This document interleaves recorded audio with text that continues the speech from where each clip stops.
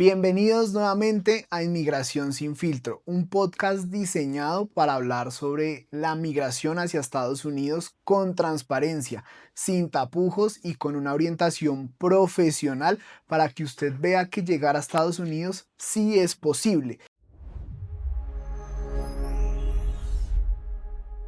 El día de hoy nos acompaña Sebastián. Este para mí es un caso personalmente muy importante porque es la demostración de cómo buenos perfiles reciben negaciones por estar mal asesorados, mal acompañados o incluso porque hacen los procesos de inmigración solos. Sebastián había recibido negaciones de su visa B1, B2 de turismo hacia Estados Unidos en varias ocasiones y posteriormente logramos su aprobación.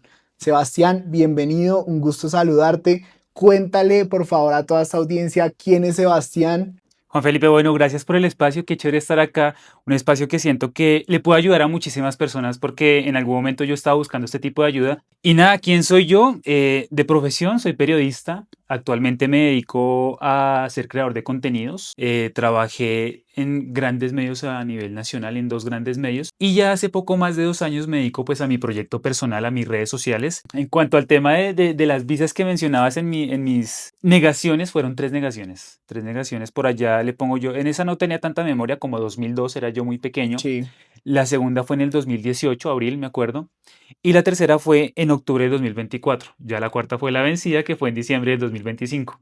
Sebastián, eso que tú mencionas es muy importante y el caso que tú tienes es muy común en Latinoamérica, no solo en Colombia, y es varias negaciones, pero cuéntanos un poco cómo te preparabas, quién llenaba los formularios, cómo hacías todo el proceso para aplicar a la visa. Sí, mira, pues en el primer intento realmente no me acuerdo porque eso fue con mi madre. Yo era muy pequeño, como te digo, entonces no sé cómo se hizo ese proceso en ese entonces. En el 2018, recién había fallecido mi madre.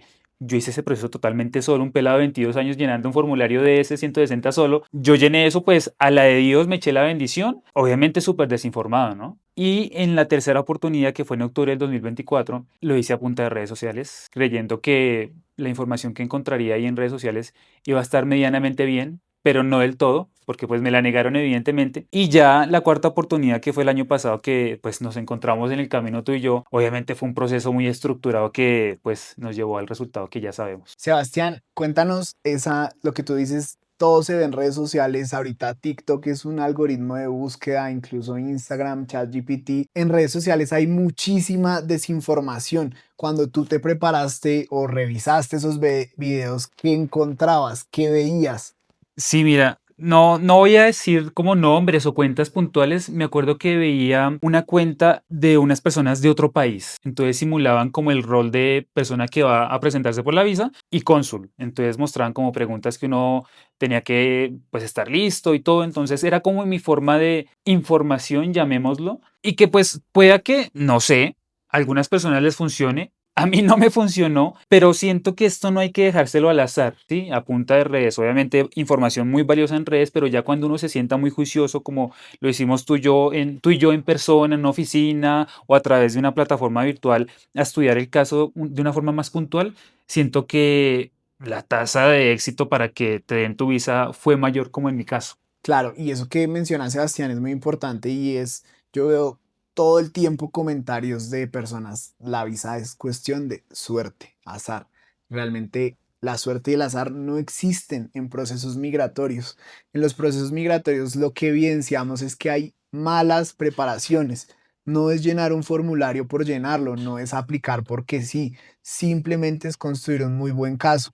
Cuéntanos, Sebastián, todo el mundo sabe, o bueno, para los que no saben, cuando uno va a aplicar a una visa de turismo y negocios, se llena el formulario DS-160. Ujú. ¿Qué tan fácil es llenar este formulario? Tú, con tu experiencia, ¿qué veías?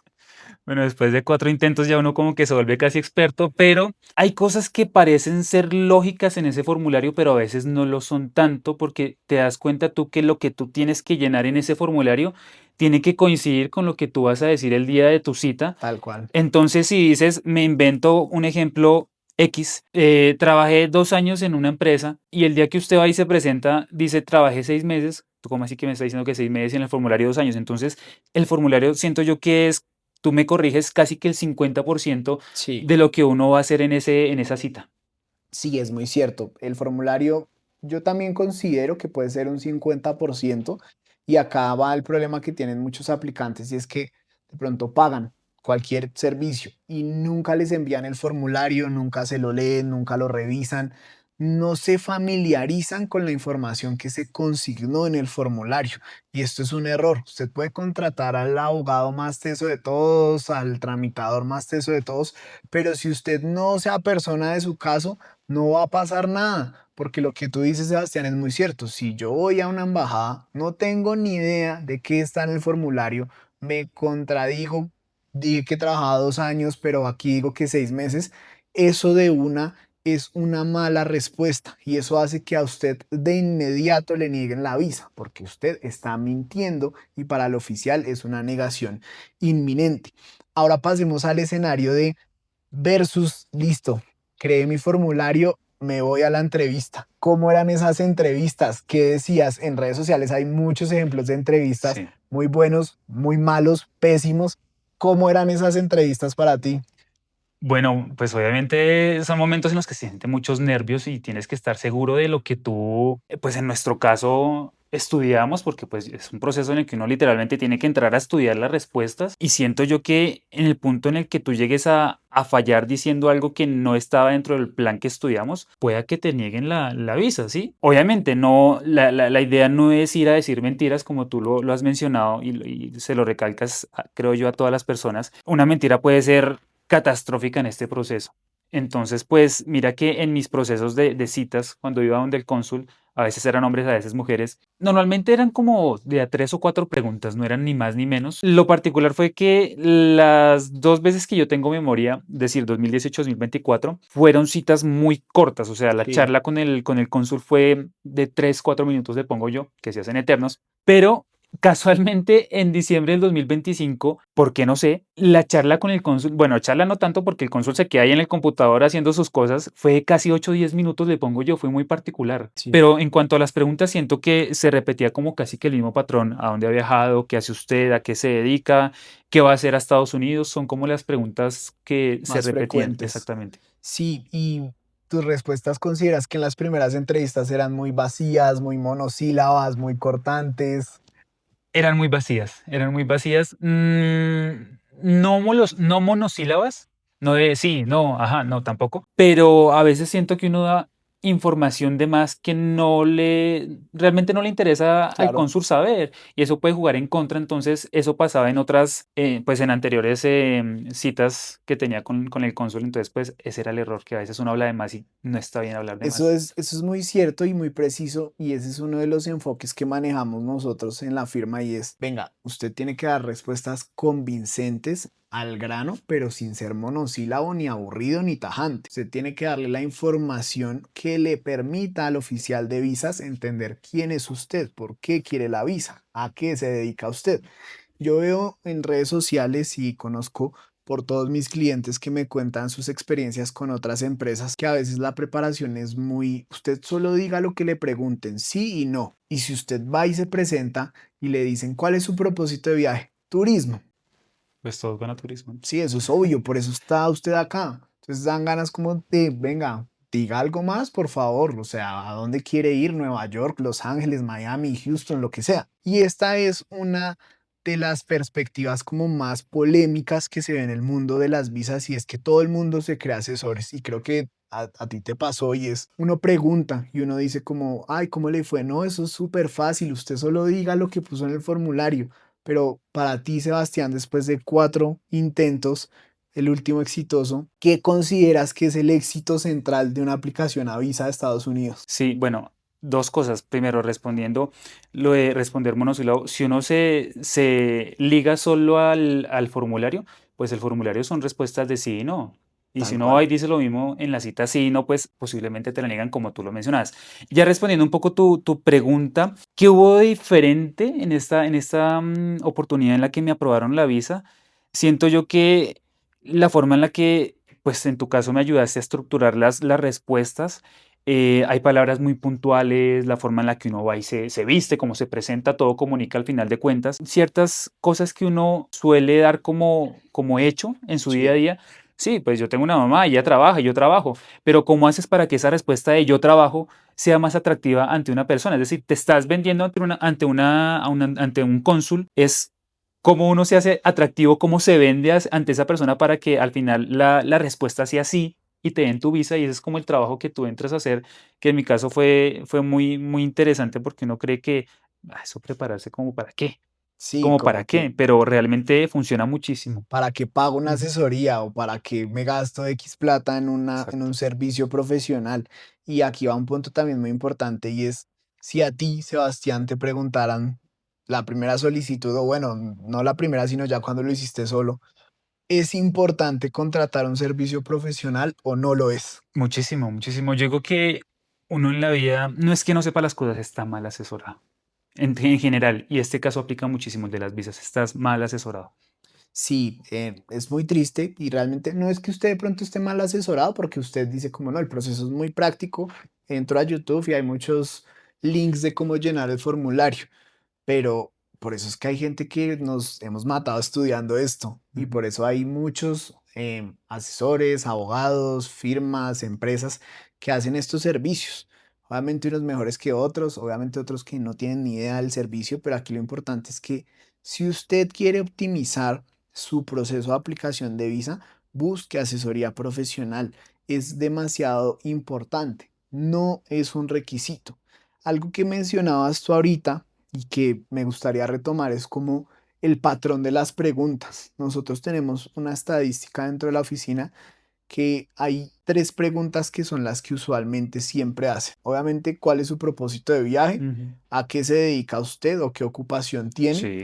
Y la última puede ser entre tiene viajes al exterior o tiene familiares en Estados Unidos. Son como Ujú. las más repetidas. Y ya con tu experiencia en cuatro solicitudes, ¿tú consideras que las palabras adecuadas para sustentar la pregunta que te están haciendo optimiza las opciones de aprobación de tu visa? Claro, porque pues técnicamente en mi caso yo soy creador de contenidos, pero si yo voy y respondo a una pregunta, ¿usted a qué se dedica? Soy creador de contenidos. Pues, ¿De ¿qué? qué? ¿Qué más hace? ¿De qué? ¿Sabes? Entonces, claro, cuando tú dices, no, es que yo soy creador de contenidos, hago publicidades con marcas, tales como ta, ta, ta, ta, ta, ya la pregunta se va, ya la respuesta se va nutriendo más y suele ser más atractiva para el cónsul. Entonces, siento que si hay respuestas y palabras muy puntuales que siento yo que pueden ser mucho más efectivas Más cuando tú lo estudias convincentes, claro. antes de ir ese día a la cita. Sebastián, hablemos ahora un poco del aspecto emocional. Quiero que le cuentes a todas las personas que nos están viendo. Primero, empecemos de lo último que pasó. ¿Qué sentiste cuando te dijeron su visa fue aprobada?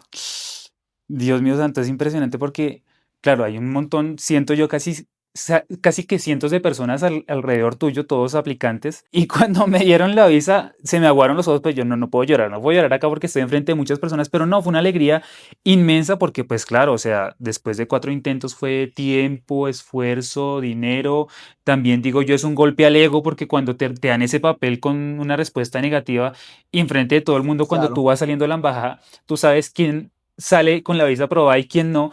Entonces, cuando te dan la visa, de verdad se siente una satisfacción inmensa y obviamente la gratitud a todo este proceso y a ti, pues, por este sueño cumplido, claro. porque siento que más que cualquier cosa, es un sueño cumplido que muchos estábamos esperando.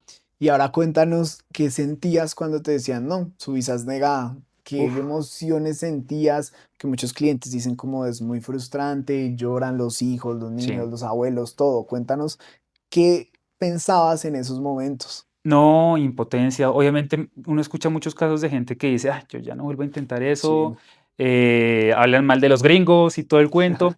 Yo nunca hice eso, pues por varios motivos, porque pues para mí siempre ha sido un sueño ir a Estados Unidos porque pues es un país muy importante en todos los sentidos, así sea solo para conocer a Mickey Mouse, como dicen muchos.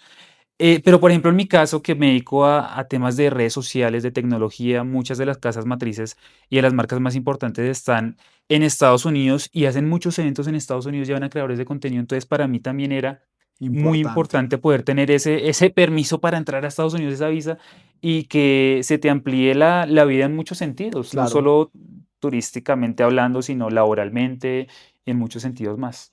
Sebastián, ¿qué mensaje le darías hoy a una persona que ha pasado por lo que tú pasaste? Una negación, dos, tres, infinitas. ¿Qué le dirías hoy? Sí, mira que después de la aprobación que fue ahorita en diciembre, mucha gente me escribía porque pues yo hice el contenido en redes sociales, pues siento que esto es una información de servicio al final del día. Me decían, no, yo ya estoy cansado, llevo X intentos, ya no quiero más. O hay gente que me decía cuánto cuesta. Entonces como que la gente se asusta al pensar que me va a volver a presentar otra vez, qué puede pasar, me la niegan otra vez. Y yo le decía, mire, es mejor que usted se asesore, que pague lo que tenga que pagar a que se la vuelvan a negar y le toque volver a pagar, le toque volver a esperar X cantidad de tiempo. Eso es un golpe en el ego, como lo acabo de decir. Entonces, pues siento que la asesoría es indispensable para que esa tasa de aprobación sea mucho más alta en la siguiente, pues, presentación ante una embajada. Sebastián, gracias por compartirnos tu historia el día de hoy. Te voy a hacer una pregunta. El podcast se llama Inmigración sin filtros. Cuando tú escuchas o lees este nombre, ¿qué piensas y qué piensas tú personalmente de la migración hacia Estados Unidos? ¿Es muy escondida, exclusiva? ¿Hay acceso a la información en todos lados?